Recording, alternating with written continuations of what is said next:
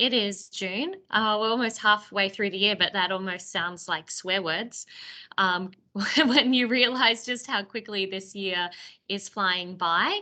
But very happy to be meeting with you all again today for another community of practice. Like I said, we have a fantastic agenda, which I will put up for everyone to have a look at what we'll be discussing. I'll just share my screen.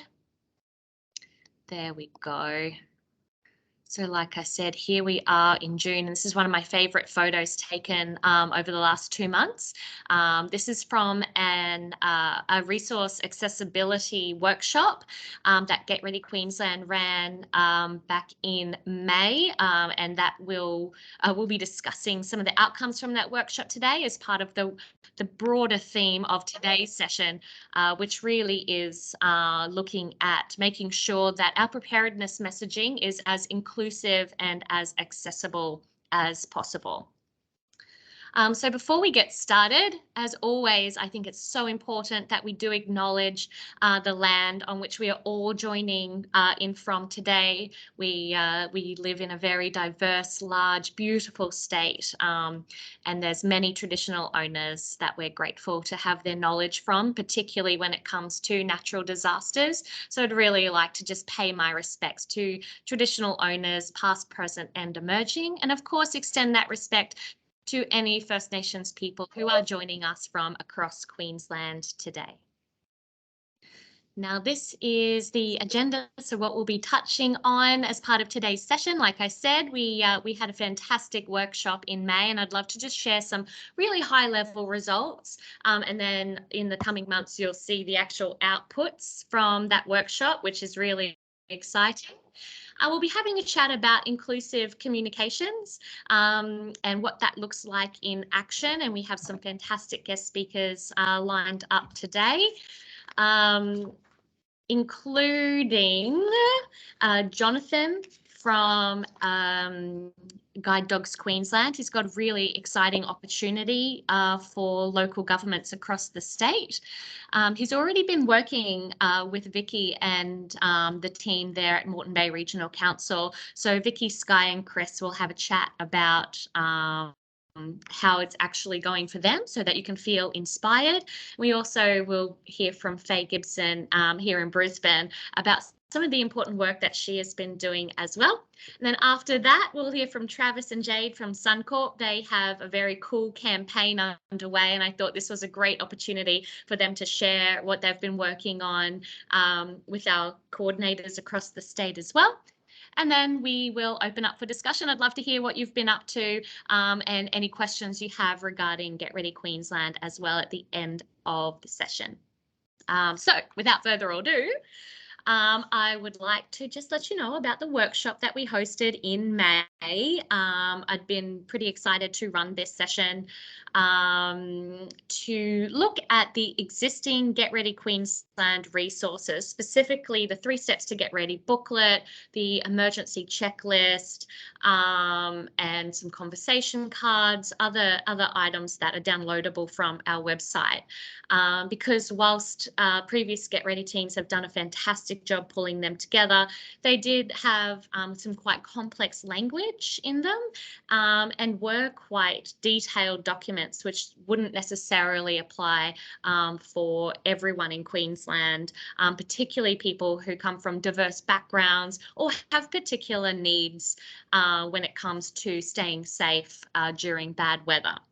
So the plan was to bring people together from many walks of life, which is what we did.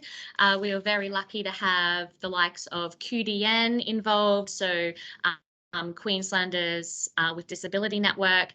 We had a representative from First Nations communities, cultural communities, low literature, and we brought everyone into the room to review some documents and give really practical feedback on the type of information that Get Ready Queensland is supplying, not just to councils, but directly out into communities as well. So this was actually phase 2 of the co-design process, which started with phase 1, which was one-on-one consultations. So we looked at the existing product and I got feedback on a one-on-one basis, and applied that feedback to creating essentially a second version of those documents. And it was that second version that was then presented at the workshop for feedback. And since then, I've been able to take the feedback from that workshop and apply it to the next iteration, which has now been circulated as part of phase 3 for feedback, and the outcome of that will produce the final result. So it is a bit of a lengthy process, but I definitely feel like it will be worthwhile. And here are some of the themes that emerged from that workshop that we ran. Really, the key element came from universal design. So initially, I had thought what would be the best outcome would be a suite of materials that people could choose from depending on their needs. But what was identified in the workshop is actually that people are people, and indeed, mostly needs are very much aligned. And so rather than looking at different designs for different people, looking at an overarching universal design that is accessible and inclusive for everyone. Or if not for everyone, at least for most, because we do know that, trying to fill 100% can be rather challenging. So I'll go for 99%, right? If possible. Other themes included simple and practical resources, but that are specific to the individual in that they can be tailored. So something that really allows the person who's using it to make it their own and to make it relevant to their specific situation. And when it comes to that situation, ensuring that the user really understands the specific risk for their area, and having resources that enable them to find that information for themselves.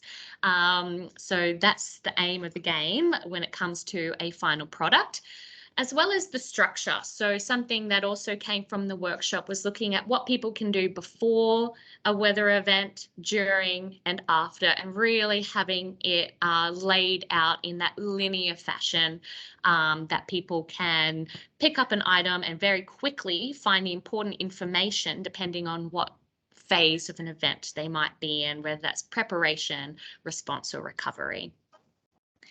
And then ultimately being able to paint a picture for how to be self-sufficient using your community rather than having to rely on emergency services. So we really want people to understand that the priority is staying safe within your own little bubble and only reaching out for help if absolutely critical.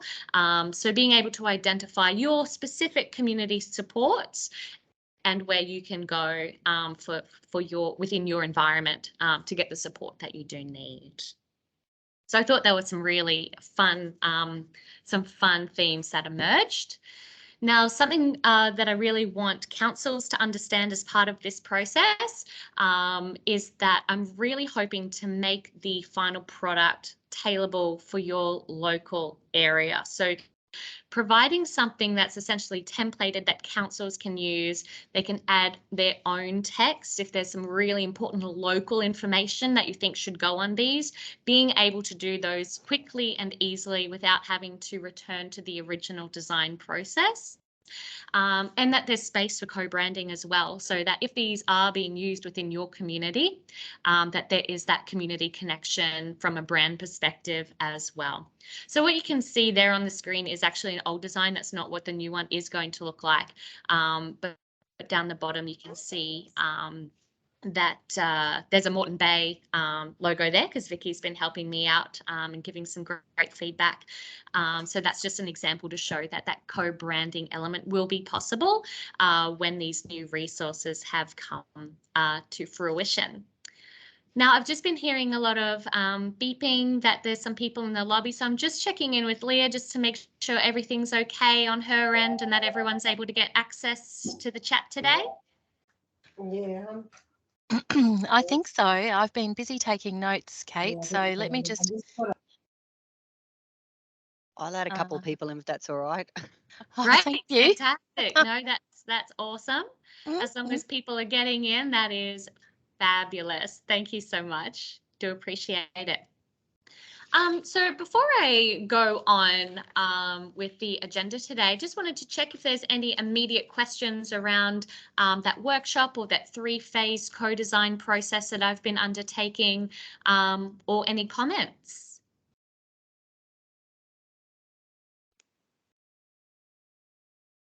Okie dokie. Fantastic. Well, what I'll look forward to doing is sharing the next iteration of products with you all. And it would be great if, for the next disaster season, we can really test these out in a real world situation, and continue our journey of improvement going forward. So certainly we may never have a final perfect version, but we're going to keep working towards that to get as close as we can. And you guys will all be part of that journey with me. So thank you very much. All righty. There we go. Now, I would like to call on our first guest speaker. So as I had mentioned today, our community of practice really focuses around inclusive and accessible communications. And we've been very lucky to have Jonathan Hall from Guide Dogs Queensland join us. He's got some exciting opportunities for local councils. It is an opportunity that you may want to think about spending some of your grant money on now that the new round of grant money or the planning for expenditure of next financial year is underway. So do listen closely to Jonathan if we have him on the line. I know he's travelling at the moment. Jonathan, are you with us? Yes, I'm here, but you can't see my smiling face because I don't have very good bandwidth where I am. Not a problem. It's great to hear your voice. Yeah. So yes, if you'd like to introduce yourself and we can just go through the slides you've provided today and have a chat about how UN local councils could work together. Yeah, certainly. So my name is Jonathan Hall. I've been with Guide Dogs Queensland for about 4 years and I work in the client services department.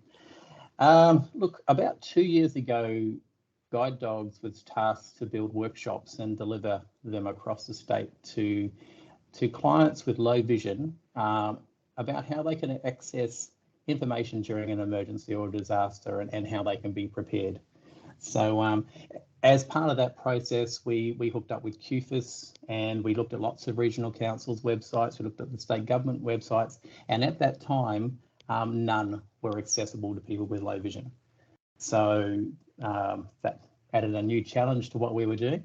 We still built workshops and delivered them across the state, but then we tailored everything as we went from regional council area to regional council area around how best people could find information and access it in times of emergency. That process led us to Vicky at Moreton Bay, who asked us to come and present to leaders in their departments for digital community engagements. They even had someone there from the waste department all around accessibility and how we could help them be more accessible online, and also with physical collateral as well, how to make things easily read by those with low vision. And yeah, it's been quite exciting and it's been a really enjoyable process working with Moreton Bay. And we're looking forward to seeing the changes that they've put in place and things that they're building with their digital platform as well to see how accessible they can become. Now, what we did with Moreton Bay is we had a meeting. I think there were 20 there from Vicky's team at Moreton Bay. And I had 2 staff members, one who lives with low vision. And we put their website up and we used different low vision tools and we showed them what our staff member could see using the tools and what couldn't be seen. Then we discussed options on how it could be made more accessible. And it wasn't all that complicated, but people just needed to be seen and be shown. A lot of the tools are free. It won't cost you anything to use the tools to review your documents. And we have access to all those sort of things for you. And from there was a review done at Moreton Bay. We held 2 different types of workshops. One for a screen reader called JAWS, which basically works from a computer and reads the information back to you as you go to different websites. And another session was on your smart devices and how those screen readers read the information as well. And from there, we held workshops with the digital teams, and also follow-up workshops around individual training of different people in the team of how to use the free software that's available to improve things. And that's it. And I think hopefully Vicky will say that we did a great creative job together, and things are going well.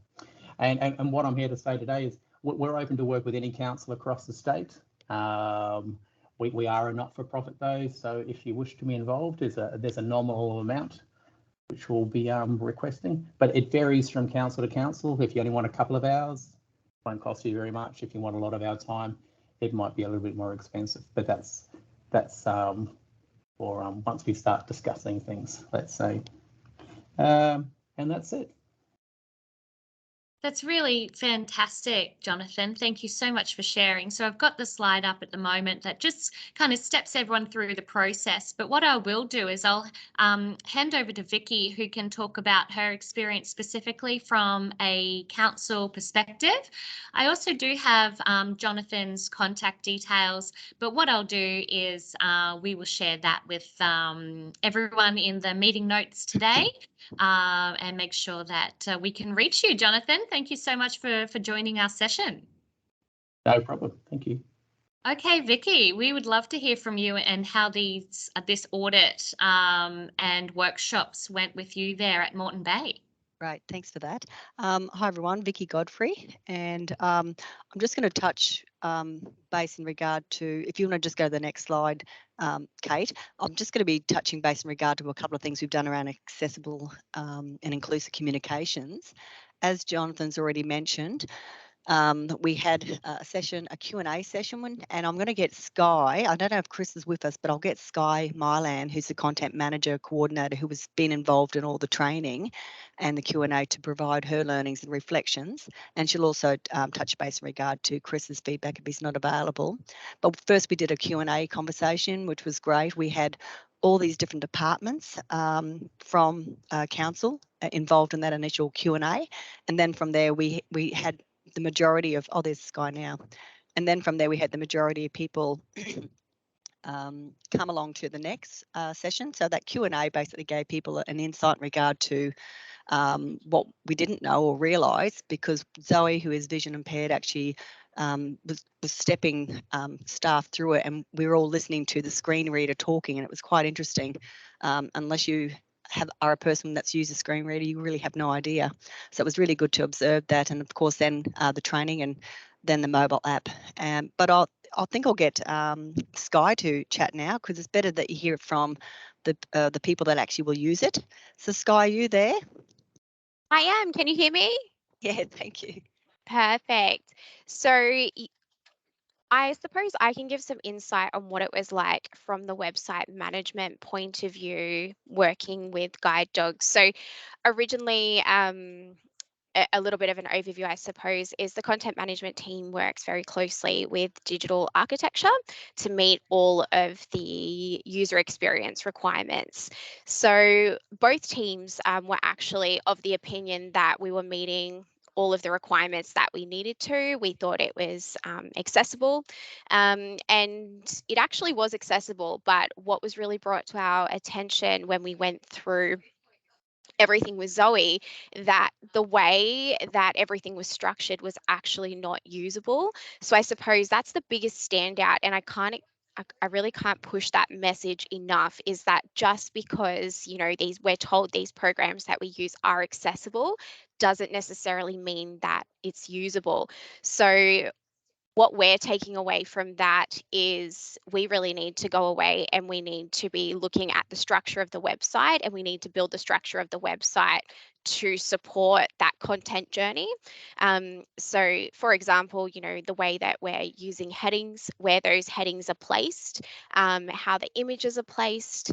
The disaster portal was a really big eye opener for us, and we had Zoe go through and have a bit of a play around and show us what that journey was like for her, accessing really urgent and important information. And for everyday use, you'd want someone to be able to jump to that important information as quickly as possible, but we were finding that for them to get to important information like road closures or refugee centres, they were really having to jump through hoops to get to that point, and it was minutes later that they were able to find what they were looking for. So again, probably the key message that I took away, or the key learning, was really accessibility is one thing, but the usability and that experience and that user journey needs to be designed for the screen reader, not just for people that are navigating via vision. That's great. Can I just mention here too, because Zoe was such an experienced JAWS user, like listening to what was being spoken on the web page was just amazing. But most people that probably use the screen readers don't have that advanced skill. And as Jonathan and the team pointed out to us, a lot of people in their 60s, more people are using the screen readers. So we really need to be conscious of the fact that those people in the first instance are not confident with using the technology, but if they're not able to access it and in a disaster, that's really quite distressing. Is there anything more you wanted to mention, Sky? Because otherwise I'll move on to the next bit.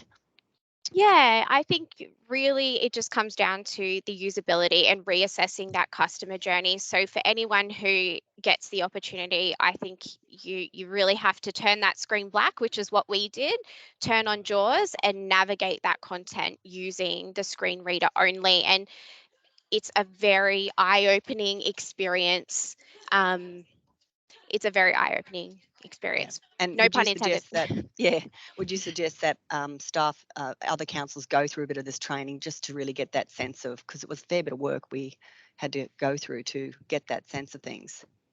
Absolutely, I would. I think I'm a very big advocate for accessibility, because we do want every member of the community to be able to access information, particularly in those really crucial, important periods like the flooding that we just had. It's so important that we do make this information accessible to people. I think we had Jess, whose partner was attempting to access our information during that period. So it does happen. It's just we don't always think about these things on a day-to-day basis, or we think that we've ticked a box because we've been told that the program meets accessibility requirements, but it's not so much about the program, it's how we use the program and how we create the content within that framework. Great, thanks. Thanks, Sky. No worries. Would you mind just going to the next slide, and I'll just finish up quickly. The disaster management team that I work with, when I first came on board, they were really keen to look at how can we better make sure information and communications that they send out or provide to the community is more accessible. So over the last year, we looked at, we got a consultant on board who actually developed up a practical guide to accessible inclusive communications. So just quickly, the first section is a quick guide, because we know that not everybody wants to read through a 50-page booklet, but it's a really good little checklist to use when creating comms. And then there's a comprehensive table of contents for quick navigation. And then sections 1 and 2 talk about the context and principles in regard to accessible and inclusive principles and communications, what that looks like. And then 3 and 4, there's guidance, tools and resources for target communities and intended audiences. And then section 5 is a summary of the internal supports and resources that we as a council provide, where it's mainly aimed at other council officers, but we actually, as we've shared other resources in the past, the 10-hour disaster preparedness course, many money for this practical guide came through Get Ready Queensland, I think, and council, but Carl and the disaster management team are keen to share this resource as well. So we'll provide this to Get Ready Queensland, and we'll probably provide the summary, the copyright information as well. So if you want to use it and tweak it to suit your own audience, your own council officers, you can do that as well. So we'll provide that to Get Ready Queensland, or maybe if you email me directly and I can send it on with the copyright information. So yeah, but it's been a really good exercise. But I would suggest it's really good if it's driven from policy, as in top down. This has kind of come sideways, and we've been kind of, I think, to be even more effective. If it's coming from a policy top down, it gets across the whole organisation. It's getting there, but I think that's really important to keep in mind if you're going to be doing this work. So thanks for that, Kate. Thanks, Sky, for joining much, us. Vicky. Good eye. Really appreciate No it. That's terrific. Thank you, Sky.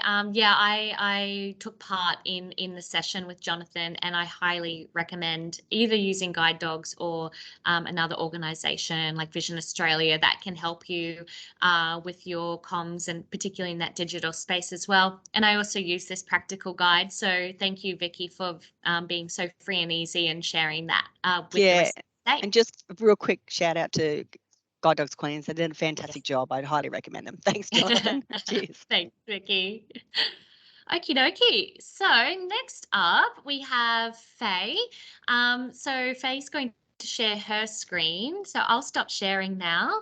And Faye, if you'd like to have a chat about the work that you've been doing, we're running a little bit behind schedule, but yeah. Oh, I noticed that, and I was thinking, I'm going to take so long to get to tell everyone my exciting news. Hang on, I'll try to get through it as quickly as possible. I do appreciate it. And we can always come to you direct as well. Okay, hang on. Is this working? We Can you all see that? We can see your notes slides. Oh, great. Yeah, so on your other Hang on a screen. sec. All right, let me try this again. My notes. Sorry, I'm usually really good at Teams and sharing. Not a problem. Okay. It's always when I've given time pressure. Yeah, I know. Okay, screen. So you can see my notes. Am I sharing the right one? Okay, so presenting, not the notes. Sorry, everyone. Won't be long. We've all been there. It's so embarrassing. See, what can you see now? Still the notes. So yeah, maybe under display settings you can switch screens around. Hang on. Yeah, there you go. Presenter view. Can you see? Boom, boom, baby. Go for it. Okay, hang on a sec. Oh, sorry, I'm just losing everything right now. Okay.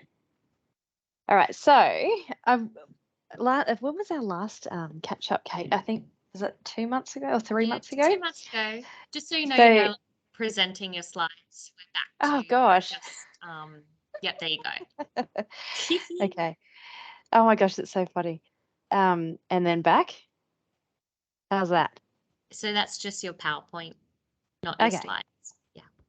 There we go. That is it's it. all right. I'm going to wing it. That's the one. I won't use notes. I believe you. Okay. So last time we had our meeting and we did our random updates at the end of the meeting, I wanted to share some work that we were doing in Brisbane City Council around engaging our called community, particularly diverse communities. So since I commenced in the role, we've been trying to target our called community. They are considered a vulnerable community due to the language barrier and some of the integration challenges with some of our new arrivals. So over the years, we've been looking at ways to better engage our called communities by translating information, running more advertising in cohorts that we are aware that may speak a different language. We use that data that we get from census, as well as some of our own data sets that we have in council. And the feedback was that although we are doing a great job with our translating material, but we're actually reaching some of these called communities in Brisbane. So I started talking with Red Cross, because Red Cross had already undertaken quite a thorough market research project into the called community groups across Queensland, where it involved consultation, and started talking to Red Cross about that. And we were fortunate enough in Brisbane City Council, we have a inclusive communities team, and they were already running this engagement model for safe swimming, and it was a train the trainer model. So it's essentially where you train or you run a workshop for community leaders, and then the community leaders then run workshops for their community groups. So that could be, say, a church or a football club, a music group, so finding those community leaders to run those engagements and adapt, like in a called adapted format. So that's translated into their own language. They can adapt it to manage cultural sensitivities, that sort of stuff. So this is, can you see the model? How there's one person, 5 people, then groups, Yes. and then more people. So this is the model that we were going, that's what we were hoping to implement. So we worked in partnership with the Ethnic Communities Council Queensland, as well as Red Cross and Radio 4EB. So this sort of came together July last year, where we started consulting, and then we put together a project management plan to work in partnership with Red Cross, ECCQ, and Radio 4EB. So this is partially funded by Get Ready Queensland, but also equally funded by Brisbane City Council. So the initial investment was the most important part of the project, is to make sure that we train 12 to 13 bilingual workers who then will take the presentation that we've developed and provided them, and then translate that and then adapt it to make sure that it's communicated in a way that will best be received by their community groups. So we kicked this project off and ran several workshops with bilingual workers. So running the workshops, that was in partnership with Antoine. I'm sure some of you would know Antoine from Red Cross. So Antoine and I worked through some of Red Cross's market research insights, but also the market research that we in Brisbane City Council have undertaken over the last few years. So we ran these workshops with the bilingual workers to then deliver to their community groups. And parallel to those workshops, we also went over to Radio 4EB. So Radio 4EB, a radio station with up to 50 language groups substations. So we went in there and into their actual radio station at Kangaroo Point and ran these workshops to teach the broadcasters about the Bureau of Meteorology, how to read the radar, how to communicate severe weather alerts or warnings, and then how to push that information out to their community groups. That was really awesome as well. That was really well received. All right, so I'm sorry I'm not reading notes, so I'm probably just rambling on. I'll just move over to our actual presentations that we developed. So for this Train the Trainer program, the feedback that we got was, rather than provide information in text form and how to explain a natural disaster and what that looks like in Queensland or Brisbane, was to tell a story and use a lot of visual. So in this presentation, this is covering storms with like supercell thunderstorms with hail, a flood event, and a bushfire event. We also teach the bilingual workers how to read the radar, the specific colours on when you're seeing the weather, like a storm front on the radar, understanding the different colours. Sorry, I jumped. Okay, so on top of that, we further developed our translated material. Currently, we have translated material in Chinese, Korean, Vietnamese, Arabic, Spanish, Hindi, and Punjabi, but we're finding Farsi is our next targeted language group that we really need to improve on. Also, some feedback from our workshops and our community consultation with Red Cross, the Ethnic Communities Council Queensland, as well as our market research, was that emergency services is helping our called community groups understand who's who in the zoo, so which service provides what type of support. We've had feedback in the past. In Brisbane, we had a supercell thunderstorm in 2014.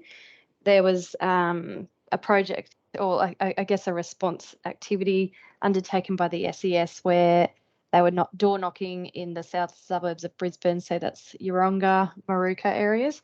They were door knocking to check, to do welfare checks, and there was one case where they door knocked some new arrivals, and they were immediately terrified by that uniform. They thought that they weren't, instead of them there for a welfare check, they thought they were in trouble, based on their cultural sensitivities, where they've come, their new arrivals, where they've come from.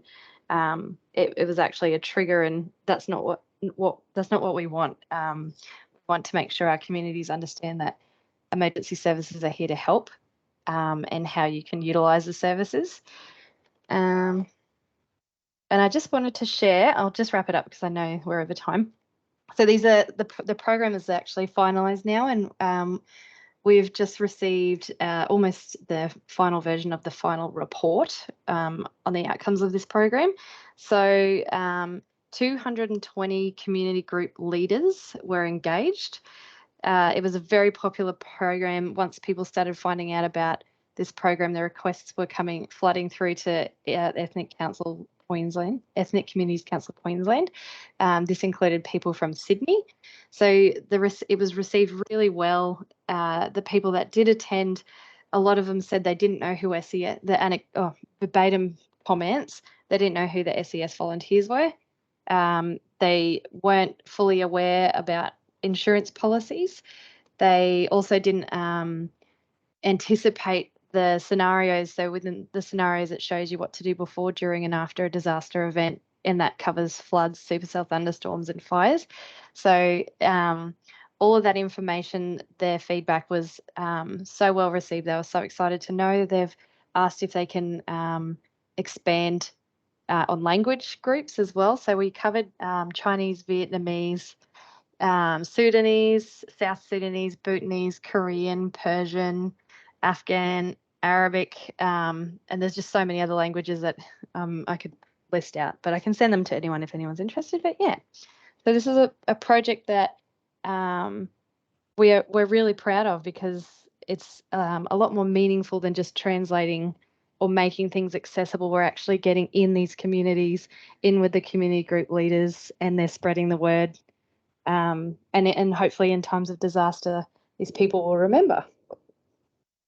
It's amazing. Thank you so much, Faye. I love hearing how diverse our communities are. It's so cool. We're so lucky here in Australia to have people from all these backgrounds, and it's important that we keep them all safe. So yes, please contact Faye directly if you would like to learn more. And Faye, perhaps we can pop your Train the Trainer resources onto the examples section of the Council Hub so everyone can check that out. Yes, I'd love to share that. And also the way I did those presentations, we used a animation software, which is called Beyond. And I really want to share that with all local government areas, because it's an awesome program to use. It's low budget, it's cheap, and it's really effective and looks very professional. Low budget, professional, and effective. I love it. Thanks, Yeah. Faye. Really Thank appreciate you, your time. guys. Righto. Well, there's never enough time for all the fun and games that we have at our community of practice. So I do apologise to our friends over at Suncorp that we're running a bit late, but it's now your time to shine.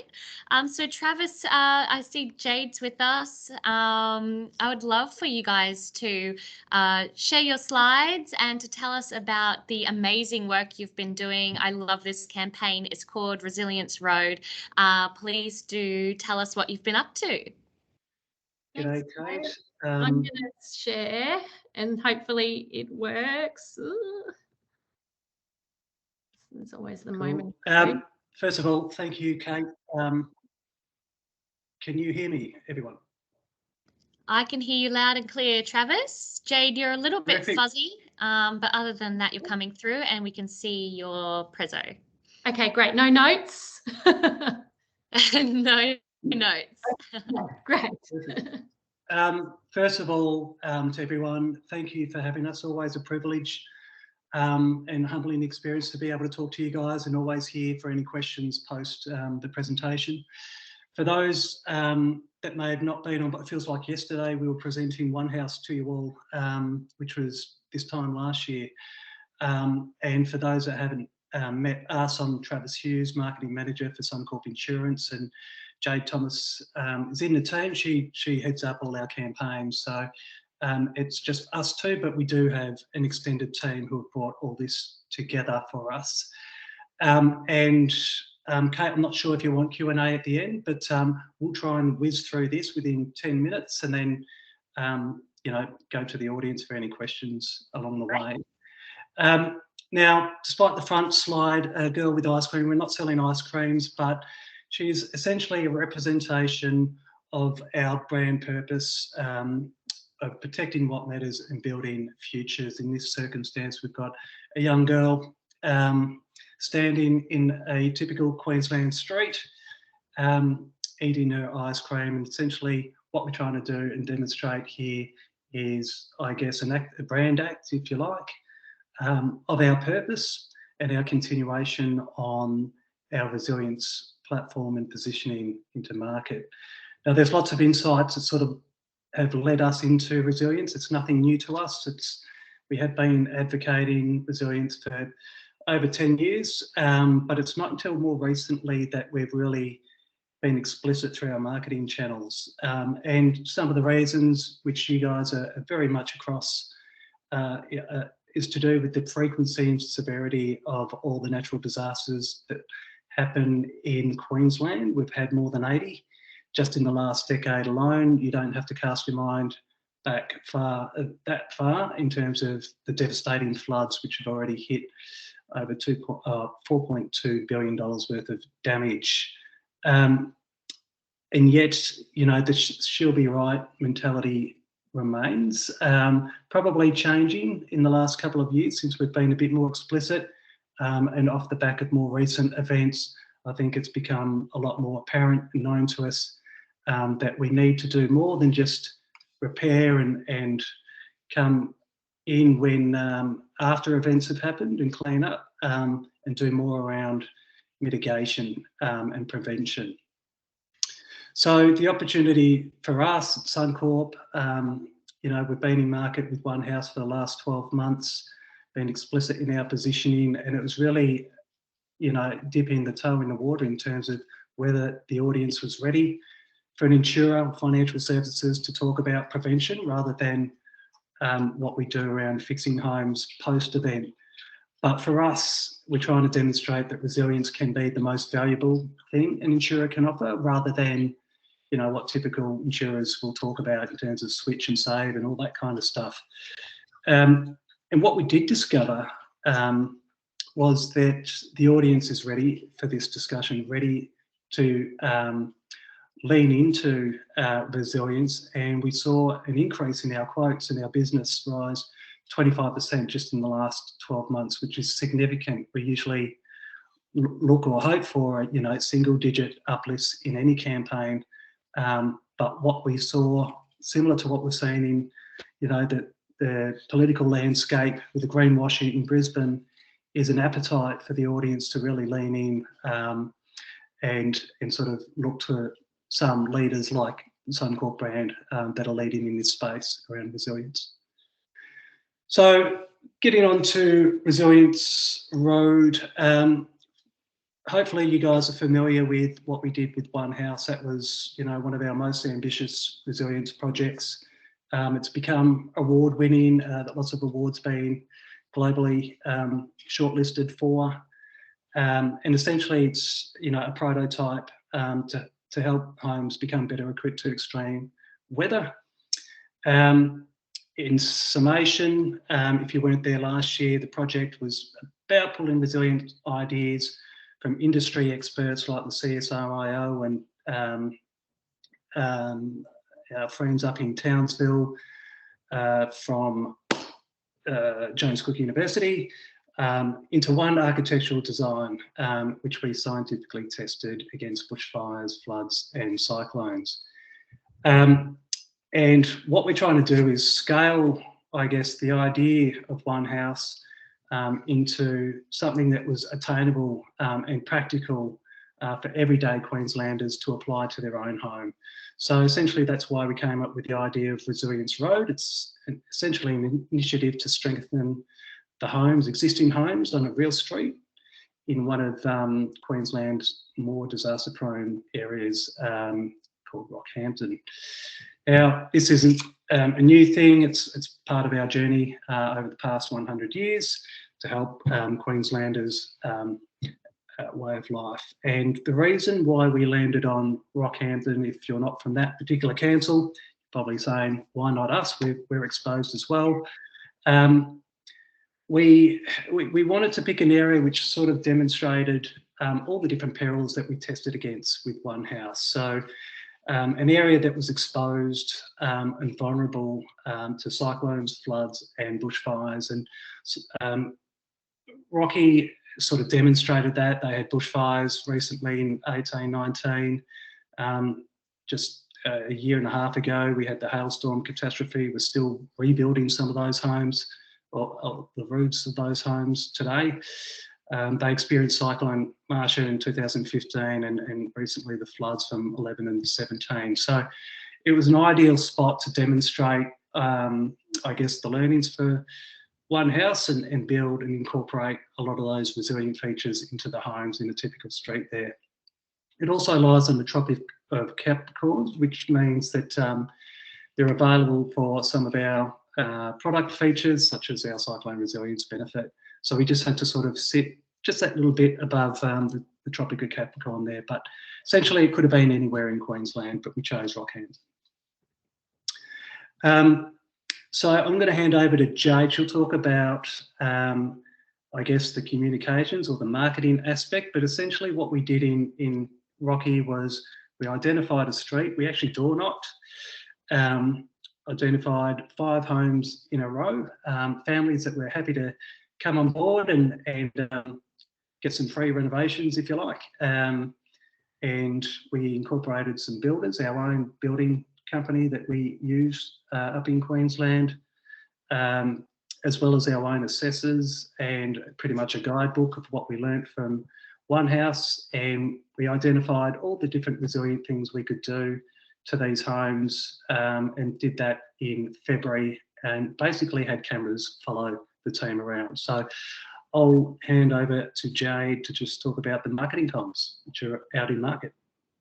Thank you, Travis. I am going to try and keep this super short and sweet. I won't go into detail that will bore you like the advertising, but effectively, the way we've structured up this campaign is we've got 3 pillars. The first pillar is our Excite pillar, and effectively that is about raising awareness of Resilience Road. And so it's essentially our core advertising. We over 7 days, actually, I wasn't there. I was lucky enough to, well, I was not lucky enough to be on leave, but Trav and the team pretty much did 7 full days of filming, and we so out of that we created a 60-second TVC, but also a myriad, I think up to 14 different product executions came off the back of the filming as well, which I'm sure all of you guys will probably see a lot more of than we do in Melbourne up there over the next 12 months. But we definitely used the filming to the best of the best we could. So in addition to the advertising, there's the TVCs in case you wanted to have a look afterwards, but I'm sure you guys might have already seen the brand TVCs on TV already up there.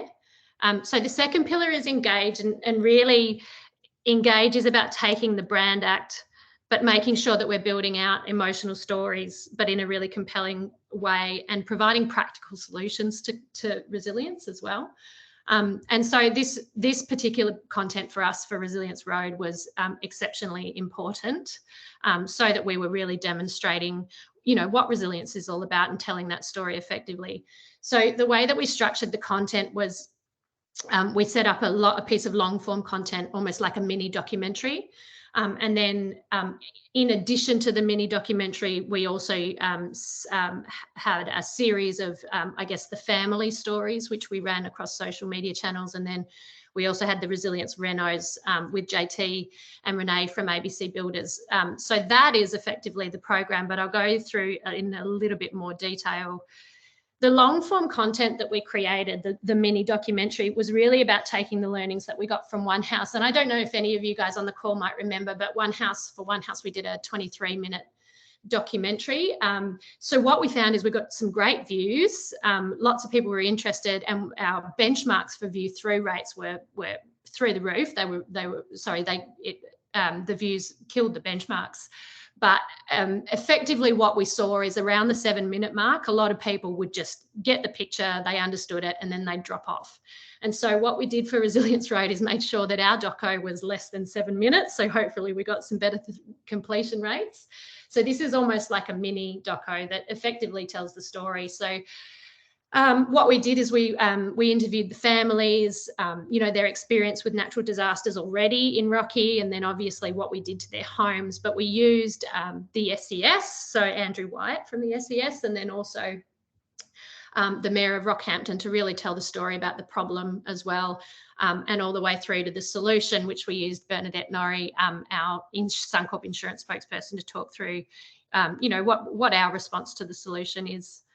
And then in addition to the doco, we also had the families. So these were the family stories where we pretty much pulled out. So in total, there were 5 families, part of Resilience Road. We pulled out 3 of them and really talked to their story in a little bit more detail. It was definitely well suited for social in that way. They were 90 seconds long, and really, in addition to the emotional story, it was what we did to their house. So they were quite practical.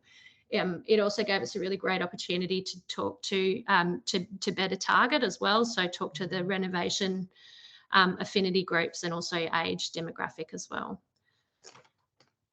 And then in addition, we created a series of how-to videos using Jonathan Thurston, which I'm sure you guys are all familiar with, as he is our Get Ready Queensland ambassador, as well as being Suncorp's ambassador as well.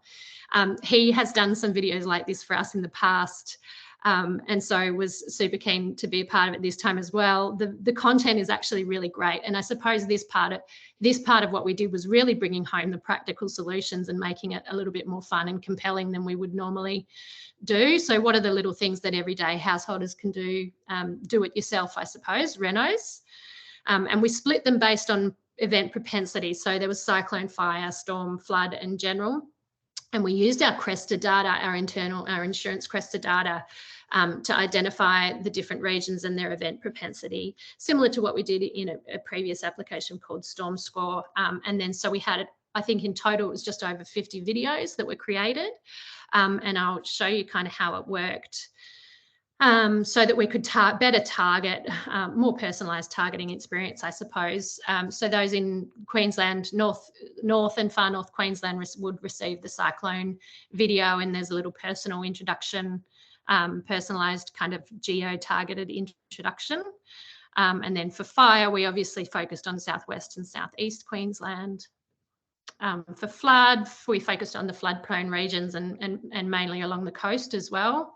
And storm pretty much goes everywhere, as well as the general one as well. So that was the content. And then obviously we needed a place for everybody to be able to go to, a destination to learn about resilience in more detail. Again, I'm not sure if you guys remember, but we did create a One House hub, which was quite immersive and fully interactive, and it had a lot of video content.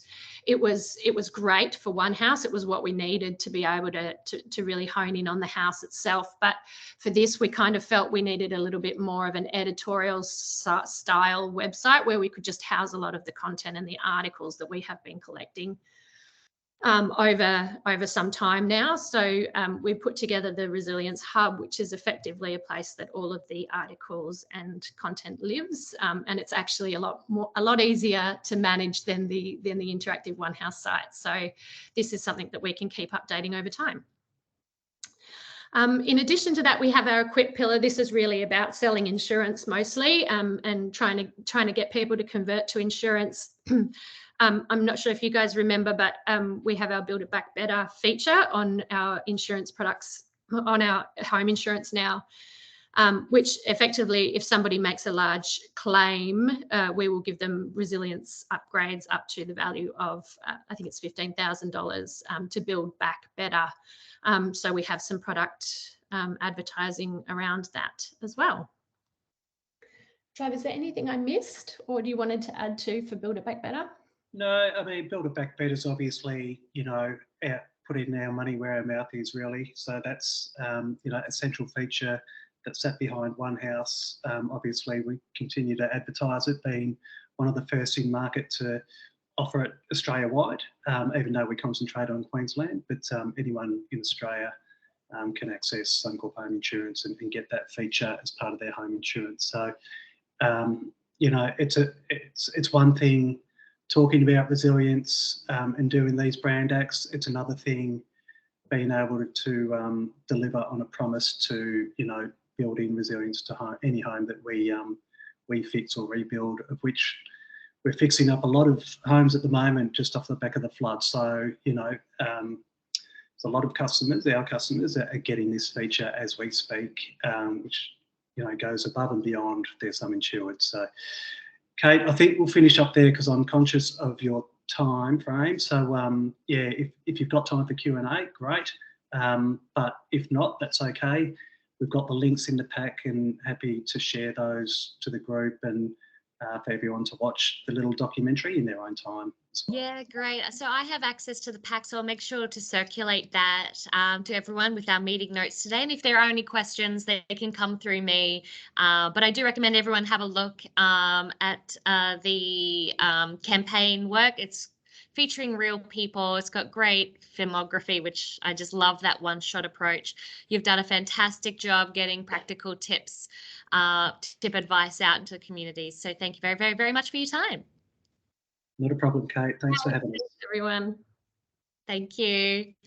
All right, so to wrap us up today, noting that we still only have 1 minute left, but if you are able to hold on to the line, I'm just going to pass over to my colleagues, Kate and Leah, who are just going to have a chat about an upcoming conference that we are hosting. There's Kate. So instead of me giving a long-winded intro, I'll just hand right over to you, Kate and Leah. Thanks, Kate. Hi, everyone. I'm Kate Lavrentzig from the Queensland Reconstruction Authority. Thank you for having me, and it's so good to see a few familiar names. So in a way, it's kind of nice to be back. So yeah, I'm here with my colleague Leah Steinberg, and we're here to talk about the Asia Pacific Ministerial Conference on Disaster Risk Reduction. Hey, Vicky. Hello. Some of you may remember that this is the conference that was meant to take place back in 2020, but like many things, it was postponed due to COVID. So, but it's back this year, and it's due to take place from the 19th to the 23rd of September this year. So the conference is being hosted by the United Nations for Disaster Risk Reduction in partnership with the Department of Foreign Affairs and Trade. And so QRA is coordinating the Queensland Government's involvement in the conference, and that includes a stand within the marketplace as part of the conference. So just to give you a bit of background, the marketplace will be an area made up of information booths to showcase expertise and learnings from across the Asia Pacific. And so as the host state, QRA is coordinating a stand to showcase Queensland's knowledge and experience in disaster management and also disaster risk reduction. So we're aiming to build a stand that is highly interactive and creative, and it's something that we're trying to champion. Something that we're really trying to champion in the stand is locally led resilience initiatives happening across Queensland. And those stories that we're trying to champion will be told through the work you're doing through your communities. And I can see Leah's just put a link to the conference in the chat there too. So we've had a couple of councils already reach out with some interest to have their work showcased in the Queensland store, which is fantastic. Thank you. And so really today, I just wanted to let you know that we will be reaching out over the next week or so with some more information about the conference and the marketplace stand, and also provide an opportunity for you to put forward any initiatives or stories that you would like to be considered in the marketplace as well. Yeah, so there's so much happening across the state, and we know that you're really the drivers of resilience and recovery across the state. So we want to make sure that you're getting the recognition that you deserve on an international stage. So the conference is expected to attract up to 3,000 delegates from across 40 countries, and it's going to be attended by everyone from policy executives, ministers, disaster experts, and educators. So it's really a once-in-a-career opportunity. So keep a lookout for the details. And if you have any questions, just pop them in the chat or send them through to Kate, and she'll get them to Leah and I, and we'll reach out directly.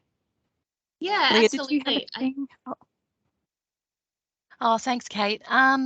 Look, it's still a bit of a work in progress. I think you've given a wonderful update, and so I will be taking over managing the conference from Kate. So she's done a stellar job putting it all together for me, and so now we're going to be running with it as Kate goes off onto some more new adventures. Do you want to let the team know what you're doing?